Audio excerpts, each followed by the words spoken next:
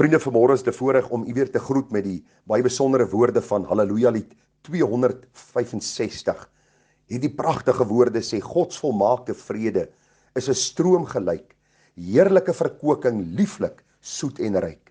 Hoe volmaak tog vloei dit dieper op die dier, hoe volmaak tog groei dit voller ieder uur. Die koorgedeelte sê: harte wat vertrouend, stil in God berus, vind na sy belofte volle vrede en rus. So pragtig Halleluja lied, jy moet bietjie al die verse gaan lees en ek lees vir u hierdie Halleluja lied juis omdat ons vanmôre aangaan met ons reeksie wat handel oor die wonderlike Messiaskind wat gebore sou word volgens die profesie van Jesaja 9 vers 5 en het ons alreeds vir u gesê dat hierdie profesie sê dat Christus sal wees wonderbaar, raadsman, sterke God, ewige Vader en dan ook die vredevors.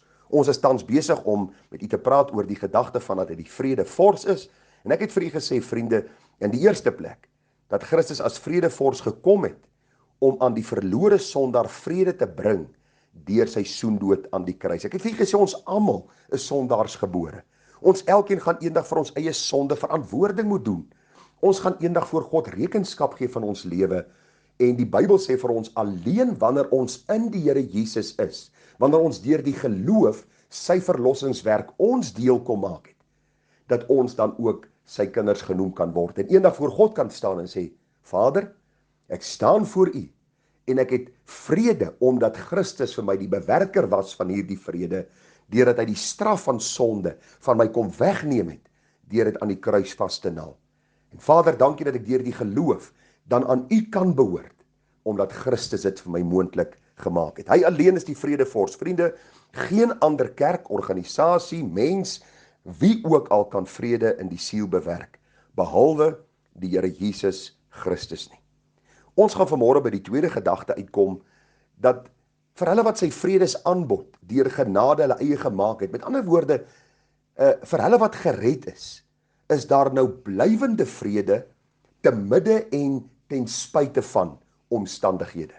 En ek dink hierdie gedagte gaan u baie versterk vanmôre, want u sien dit is belangrik om hierdie waarheid raak te sien. Kinders van die Here dink as hulle gered word, dat hulle nooit weer probleme gaan hê nie. Omstandighede gaan vir hulle altyd gunstig wees, hulle gaan altyd hierdie stilligheid in hulle gemoed ervaar en hulle gaan nooit bekommerd wees nie, daar gaan nooit probleme in hulle huis wees nie, hulle kinders gaan gehoorsaam wees, hulle gaan 'n goeie bevordering by die werk kry, 'n goeie salaris en baie predikers bied dit vandag vir mense aan en dan begin hulle die teenoorgestelde beleef en dan begin hulle twyfel. Ken ek werklik die Here? Behoort ek aan hom? As ek aan hom behoort en hy's 'n liefdevolle Vader, hoekom beleef ek hierdie dinge? En hulle stoei nader aan so met hulle self dat hulle geen vrede en blydskap in hulle harte meer beleef, soos die Bybel dit vir ons bedoel het nie. Daar is hier en daar sulke oomblikies wat hulle ervaar, maar die oorgrote meerderheid van die tyd is maar stryd en las en onvrede. Ek wil vanmôre vir jou uit die skrif kom bemoedig dat die vredevors in die eerste plek aan die kruis gesterf het om vir ons van ons sonde vry te maak. En watter groot geskenk bied Christus ons net nie die dag toe hy ons kom red het nie. Maar hy wil ook vir ons blywende vrede gee, te midde van die stryd op hierdie bose aarde, waarop ons onsself bevind. Iemand het eendag die volgende gesê, hulle sê die vrede wat die wêreld ons gee, is die vrede van ontvlugting. Dit is 'n tydelike vrede wat gekoop word deur konfrontasie te vermy, deur goed vir myself te verkry, en deur hierdie tipe van illusie, of hierdie beeld te kom skep, dat alles met my goed gaan, terwyl dit tog nie so goed gaan nie. Die vrede wat Jesus gee, is nie die vrede van ontvlugting nie, maar van oorwinning. Dit is 'n vrede wat geen konflik of probleem ons ooit kan ontneem nie. Al het ons nie wat die wêreld ons bied nie. Al het ons nie al die rykdom en roem en al die aansien wat mense vandag as belangrik beskou nie, kan ons nog steeds die vrede van God beleef wat alle verstand te bowe gaan. Ons probeer nie ontvlug om die vrede te beleef nie, te midde van ons omstandighede beleef ons die vrede. Ons het nie onvrede wanneer dinge nie altyd gaan soos ons wil hê dit moet gaan, of wanneer ons nie het wat ons graag wil hê nie. Nee vriende, 'n kind van God se vrede is te midde van die omstandighede. Daarom sê die Here Jesus so baie duidelik daar in Johannes 14:27 vir sy disippels. Jy moet onthou, hy sou nou gevangene geneem word, hy sou gekruisig word, Die disippels sou uitmekaar gejaag word. En nou kom die Here Jesus te midde van hierdie dinge wat vir sy disippels voorlê, hierdie rowwe omstandighede wat hulle gaan beleef, kom en hy sê vir hulle: Vrede laat ek vir julle na. My vrede gee ek aan julle. Nie soos die wêreld gee, gee ek aan julle nie. Laat julle hart nie ontsteld word en bang wees nie. Ek kyk baie keer na ongeredde mense wat die Here nie ken nie, en ek sien hoe hulle gemoedere eintlik fluktueer. Dan is hulle geweldig bly en opgewonde, dan sal hulle ewe skielik, kom ons praat maar die Engelse gedagte van down in the dumps, en dan sal hulle weer op en af, en so beleef hulle 'n rollercoaster lewe. En dan kyk ek na kinders van die Here wat die Here ken en liefhet. Ja, hulle beleef ook moeilike tye. Hulle gaan ook deur stryd, finansiëel, liggaamlik.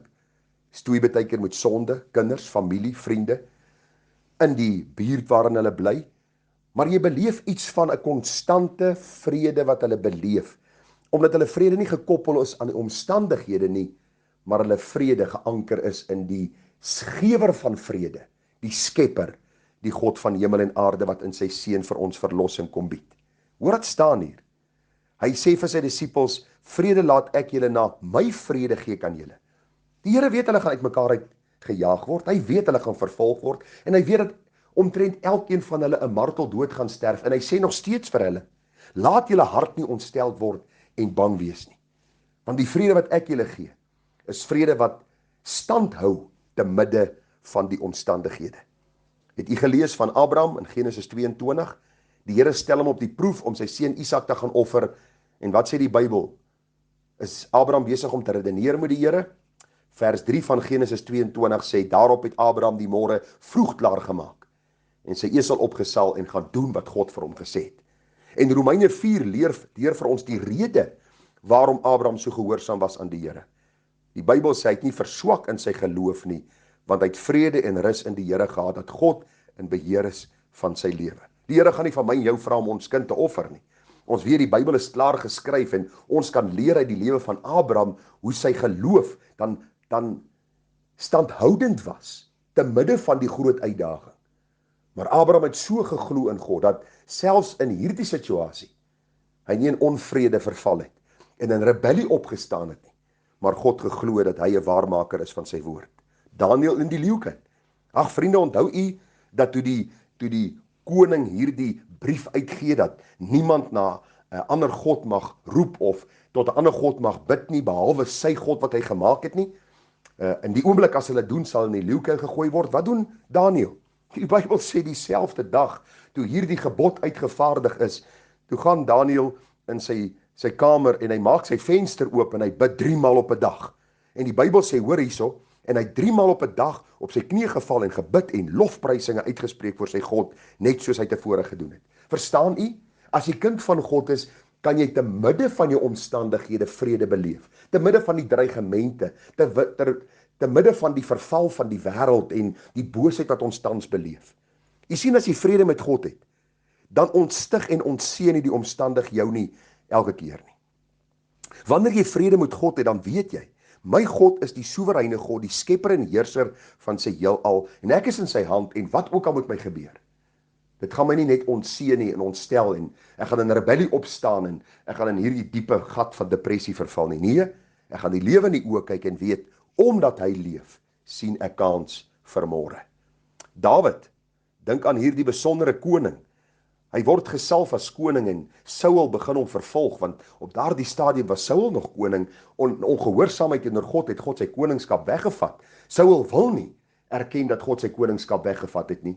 Dawid word gesalf as koning, Saul probeer nou vir Dawid doodmaak, en hoor wat sê Dawid in Psalm 4 vers 8. Groter vreugde het u in my hart gegee, as wanneer hulle koring en hulle mos oorvloedig is. Vers 9. Ek wil in vrede gaan lê en met eens aan die slaap raak, want u, o Here, alleen laat my in veiligheid woon. Dit gryp my aan my hart as ek hierdie goed lees.